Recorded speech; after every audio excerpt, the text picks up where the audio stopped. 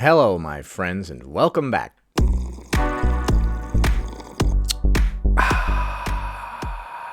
Today, we're taking a look at the second edition of what I like to call Fat Shaming Fridays, a new series where we take a look at various responses to this. Tell me the wildest way you have ever been fat shamed. Yes, I know that I'm wearing the same shirt that I wore in the last two videos. I shot these all in the same day. A more professional YouTuber would have changed shirts in between takes. Not I. This will be the last video that I upload before Christmas, so Merry Christmas and Happy Holidays to all of you. We've got some fat-shaming stories to entertain us on this day. If you see me laughing at some of these stories, it's not because I'm laughing at somebody getting fat-shamed or bullied or whatever. I'm just laughing at the ridiculousness of the situation. When stupid, crazy crap happens to me, I often think back on it and start laughing like, I can't believe this person said that to me, dude. What the hell? Let's prepare ourselves for the Christmas spirit with the applying of comb to mustache. Tell me the wildest way you have ever been fat shamed. So I was at like a bar or something with my friends, and we were just dancing around, having a good time, and I kept having like guys come up to me and they wanted to dance with me and all, but I'm married, so I'm not gonna do that.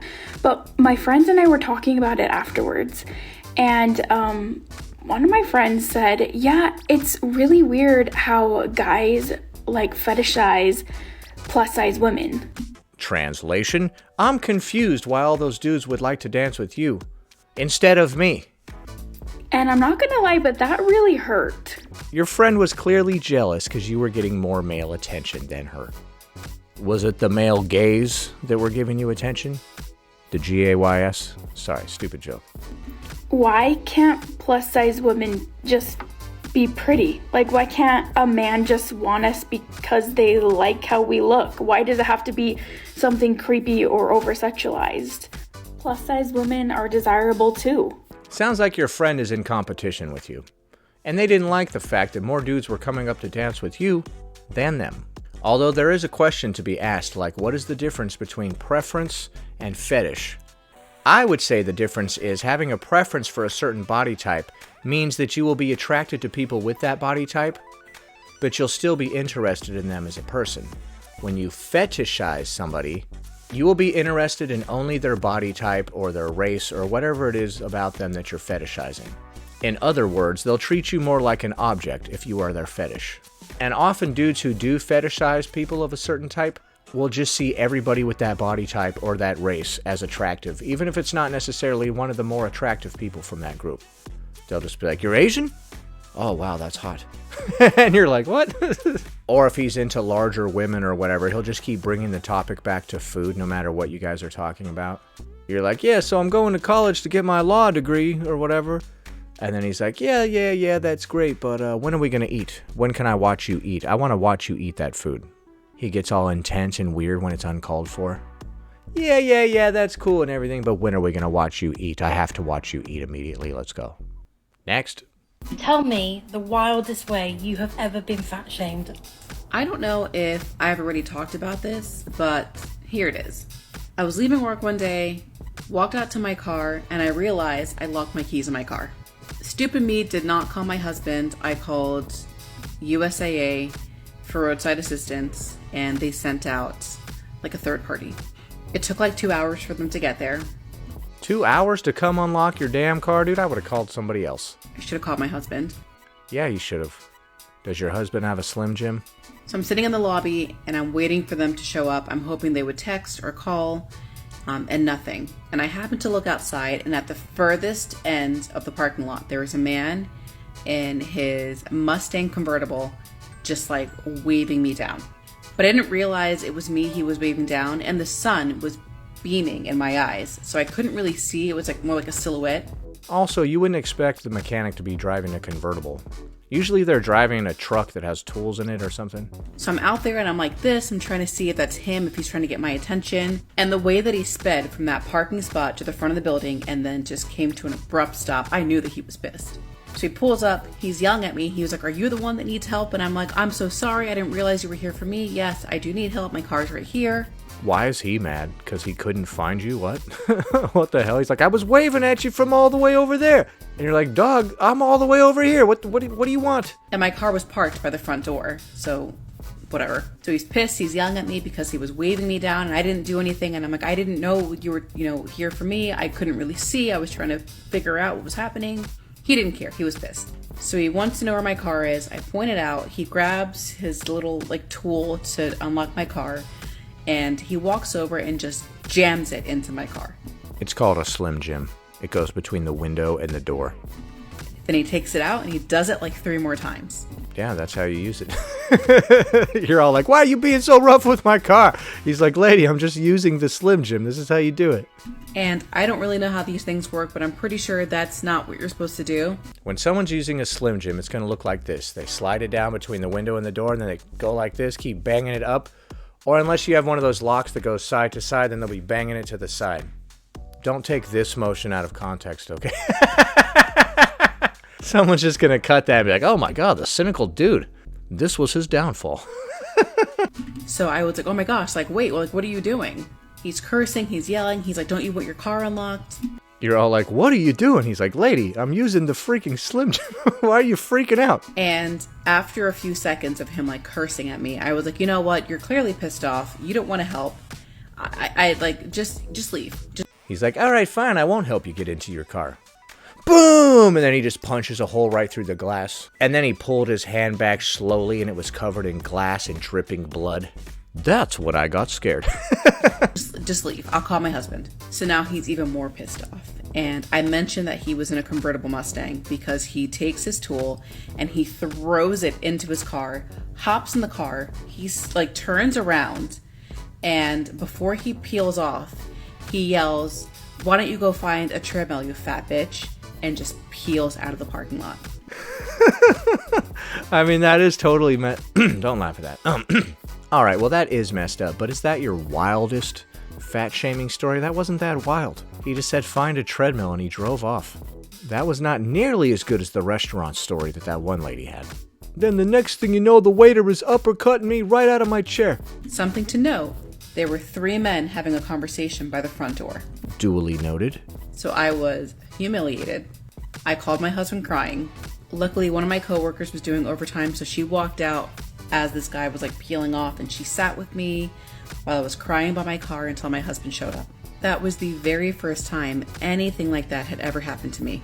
And what's sad is that the following summer, which really was only 2 or 3 months away, you locked your keys in your car again, and it was the same freaking guy in a Mustang convertible, and he fat shamed you yet again, madame. Right? My husband and I are in Wildwood, and we're crossing the street, and I must have not been crossing fast enough for the person waiting to keep on driving. It was a group of 4 younger guys.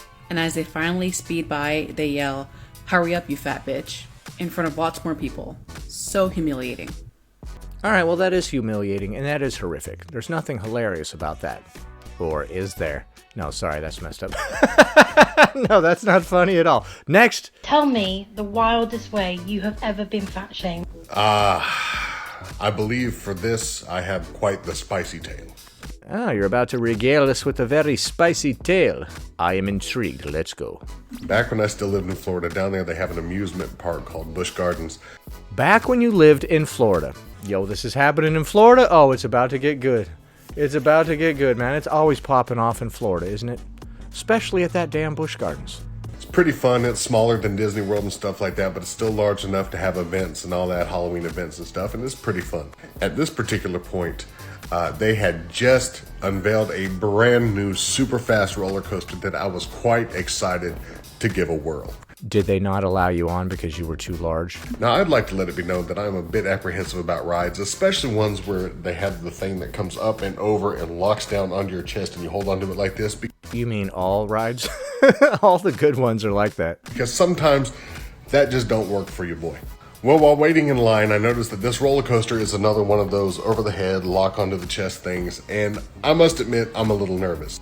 But just as I was about to get on the ride, the people that were exiting, I noticed that the guy that was getting out of the same row I was about to sit into was close to the same size as me. So I'm like, yes. So I sit down, they bring the thing down, and It's not happening. All right, so this has happened many times before where you go to put the thing down and it just won't close on you. And you just keep tempting fate. You're not seeing this as some kind of sign, like maybe we should do something about this. I do like roller coasters. I did spend all the money to come to this stupid amusement park. I want to go on the Speed Demon 5000, god damn it. And bless the ride attendant's heart, they did everything that they could do. They were trying to push it down, they were trying to shove it, they were trying to get click into place, but your boy just had too much chesticle. Too much chesticles always leads to a bad time. During this entire encounter, there's about 3 or 4 Giga Chads, 1 or 2 rows behind me, heckling me.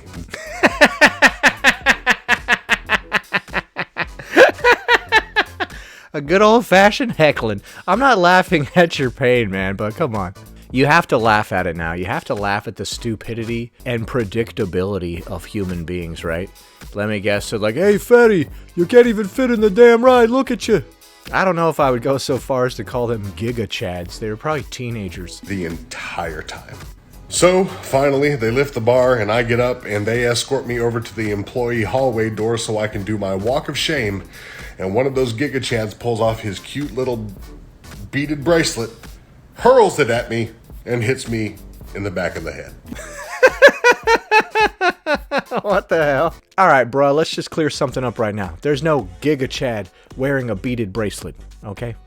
Furthermore, there's no Giga Chad who would throw a bracelet at another man. Who does that? You pick the bracelet up off the ground and it says hope. Or like one of those stupid, corny, generic, positive sayings that's on a bracelet. It's all like best friends forever. You're like, damn it. Him and his homeboy start roaring with laughter. He's like, yo, I pegged him in the back of the head with that friendship bracelet. He's going to be confused as hell when he reads it. And telling me how I'm holding up the roller coaster and how I should have never tried it because those kind of rides aren't made for people like myself. As the employee is escorting me to the door that leads to what I like to call the hefty hallway, I turn and look and notice that my friends are also getting quite the laugh at my expense. That's how you know they're really your friends, dude. Your friends will rag on you and laugh at you the hardest. At least people that I've hung out with in the past. Back when I was living in a larger body, the only people who ever gave me a hard time, literally, were my friends. They'd be like, hey, fat ass, can you keep up? As you can see, it ain't hurting me today, dude. I don't care. It's hilarious now. As friends, we like to give each other a good old-fashioned, good-natured ribbing. But if you're on the larger side, all that ribbing is going to be about your weight. It's just the easy go-to. And then my friend started high-fiving with the ride attendant and talking about how fat I was. And then those two groups started hanging out with the Giga Chads and really started bullying me. But at least I walked away with a gift shop voucher that got me a Cat in the Hat hat. Well, then I say it's worth it. Those Cat in the Hat hats are amazing. That hat is like several feet tall, man. It's a lot of value for your money. Next. Me, the wildest way you have ever been fat shamed. I've got a good one. So before I tell the story, a key factor is my mother was a pretty heavy-set woman, and unfortunately she passed away in 2016 due to cancer. So you need to know that. Okay, I'm sorry. Well, this is starting off on a not very hilarious note.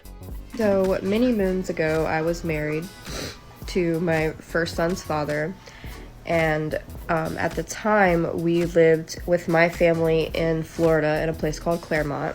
Oh, it's going down in Florida again.